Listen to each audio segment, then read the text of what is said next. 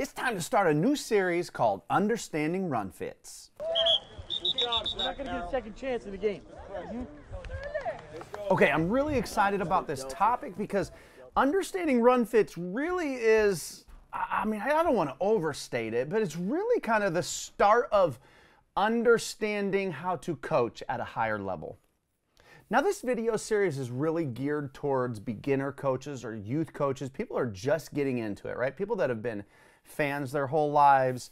Maybe you got a youngster getting in, it's your time to coach, or maybe you've been coaching for a couple years, but you're ready to study it a little more because honestly, you want to win more games. So this series, although anyone could enjoy it, I do think it's probably more so geared towards the beginner coaches. So what are run fits? In this first video here, we just got to make sure we understand what we're talking about when we say run fits and how the puzzle begins to work. So let's head over here to the whiteboard, and we've just got a very generic defense drawn up here. I mean, you would say maybe a 4-2-5, but we could make it even more generic and pretend there's a linebacker on both sides. We've got a 4-4 defense drawn up, and we just have a generic offensive line with a tight end. Now, most of you know that the offense or defenders, we label the gaps on offense, A gap, B gap, and so on as it gets further away from the ball. Well, by default, yes, we've got guys assigned to each gap. You do want to make sure that your defense is gap sound, as they say, which means each gap is taken care of. You have everything accounted for.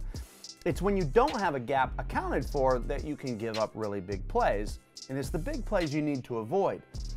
So by default, yes, this linebacker here is responsible for A gap, this tackle for B, the end for C gap, and the outside linebacker here responsible for D gap. Now, if only life were that simple. So unfortunately for us defensive coaches, the offense rarely is going to just come out and block the man straight ahead of them and run right at you, right? All sorts of stuff is going on. You have people going in motion to influence your eyes.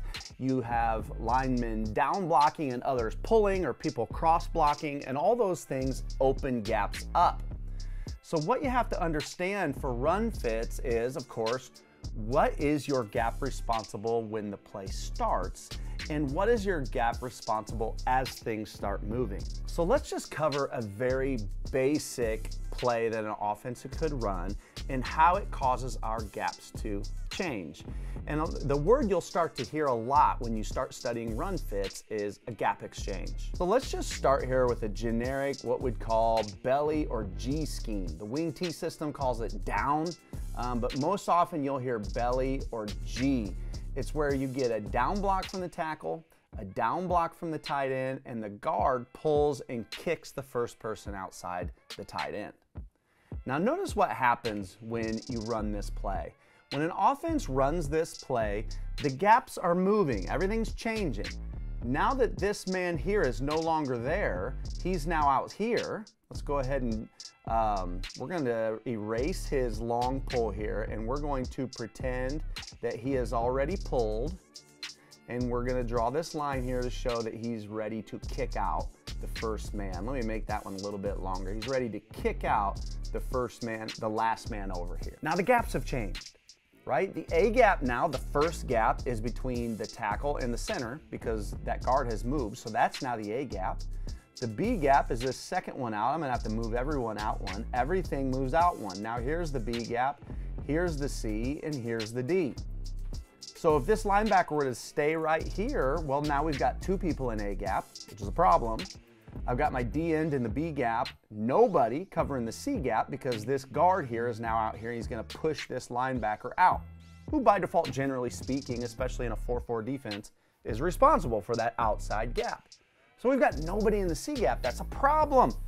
And as you start to study football, right, and the more things they can do, you go, okay, we've got to make sure that we're teaching our kids. They have rules and understanding, and they've practiced enough to know that when they do this, I need to do this. So this is where we get a scraping linebacker. This linebacker has to know if this guard were to block straight ahead, well, you would fill straight ahead. So fill means run straight ahead, fill that default gap responsible. But if that guard were to move and pull to the outside, well, now we need you to scrape. You have to come at this angle downhill and fill in that C gap. That's where you fit now. You no longer fit there straight ahead of you. You now fit at this 45-degree angle.